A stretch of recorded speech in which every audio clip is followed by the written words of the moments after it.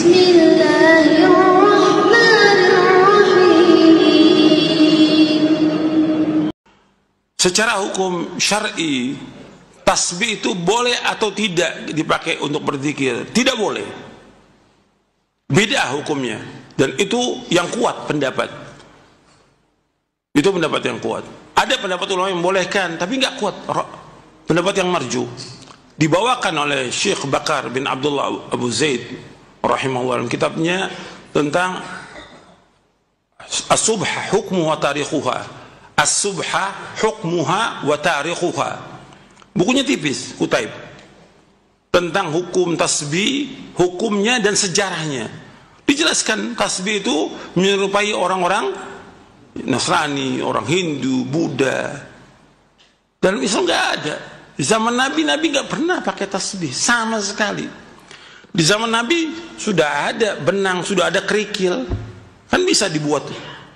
Nabi nggak gunakan sama sekali. Sahabat yang bahkan Nabi menyuruh sahabat apa? Wa'aqidna bil anamil. Adalah kalian berzikir dengan apa? Dengan jari. Fa innahunna mas'ulat wa mustantaqat. Karena jari-jari tangan itu akan ditanya oleh dari kiamat dan dia akan berbicara pada hari kiamat nanti. Bagaimana hukumnya zikir memakai tasbih? Tasbih ini hadisnya sebenarnya yang membolehkan itu kembali kepada riwayat Tirmidzi yang khilaf ulama tentang kesahihannya. Umumnya ulama ada yang mendhaifkan riwayat ini. Tentang waktu Nabi SAW menuju ke masjid, kemudian menemui Ummu Salamah yang sedang berzikir sambil menghitung batu, gitu kan? Setelah itu Nabi SAW pulang dari masjid menemui Ummu Salamah masih memakai batu, subhanallah, alhamdulillah, sambil hitung dengan batu. Kata Nabi SAW, wahai Ummu Salamah, apakah kau kerjakan ini dari tadi? Dari sebelum saya pergi kamu zikir dengan cara ini? Dia bilang iya. Kata Nabi SAW, saya sudah membaca zikir yang mengalahkan jumlah pahala zikirmu dengan cara saya membaca, misal habis subhanallah baca ada khalqihi wa ridha nafsihi wa zinata arsy wa midada kalimati, sejumlah makhluknya Allah. Jadi bilang subhanallah ada khalqi, sejumlah makhluknya, wa ridha nafsi, sampai dia ridho dengan dirinya sendiri Allah SWT, wa zinata arsy, sebanyak jumlah perhiasan singgasananya, wa midada kalimati, juga sebanyak jumlah kalimat-kalimatnya. Maka itu mengalahkan. Ulama yang mendhaifkan hadis ini mengatakan ini hadis yang menyebutkan tentang adanya hitungan dengan benda, bukan dengan tangan, gitu kan? Maka mereka mendhaifkan ini, mereka melemahkan, dan dengan melemahkan hadis ini, kalau hadis lemah itu tidak terlalu lemah, bukan karena ada pendusta dan tidak bertolak belakang dengan hadis sahih, hukumnya boleh dipakai dalam fadail amal, dalam amal-amal sunnah ya. Tapi ternyata pendapat pertama mengatakan ada hadis Nabi yang diriwayatkan Imam Bukhari berbunyi tangan jari yang dipakai bertasbih itu akan menjadi saksi hari kiamat, menjadi saksi pada hari kiamat.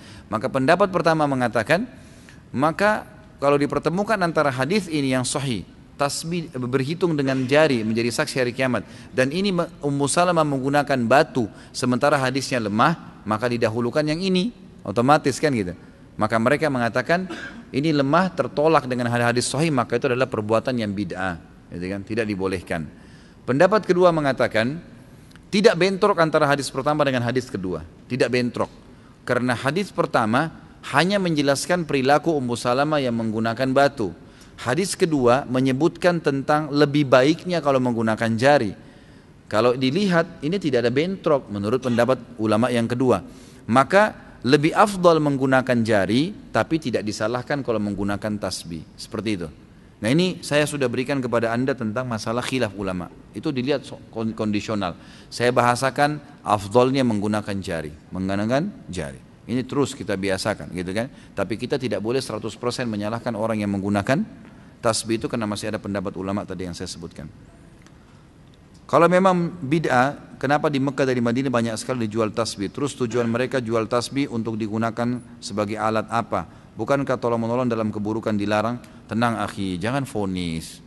Ini luar biasa, ini bertubi-tubi. Tenang saja, ya. Sudah saya jelaskan. Ada biji kurma.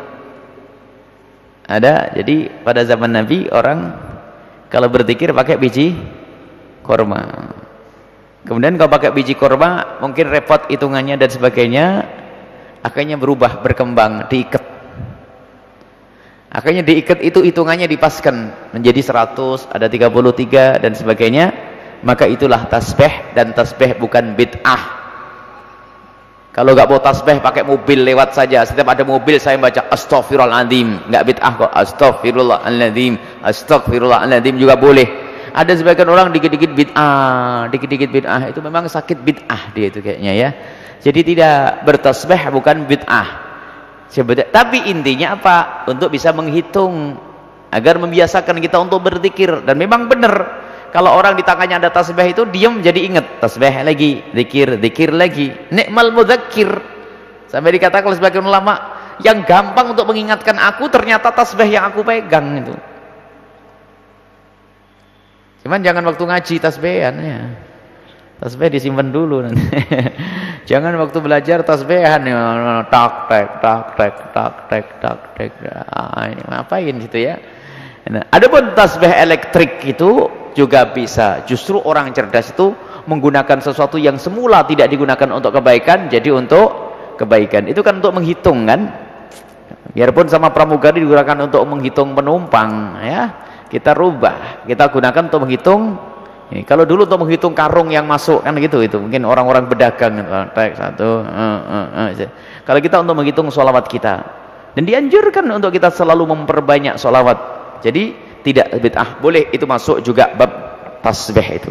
Sebab tasbih itu maksudnya adalah sesuatu yang digunakan untuk berzikir, maksudnya untuk menghitung zikir kita agar kita selalu continue dengan istiqomah dengan zikir tersebut. Adapun bentuknya, jangankan kok elektrik itu, tasbih dalam bentuk rangkaian itu juga tidak pernah ada pada zaman Nabi SAW, tapi diisyaratkan pada saat itu adalah dengan cara para sahabat Nabi melakukan dengan cara biji kurma, piting biji kurma.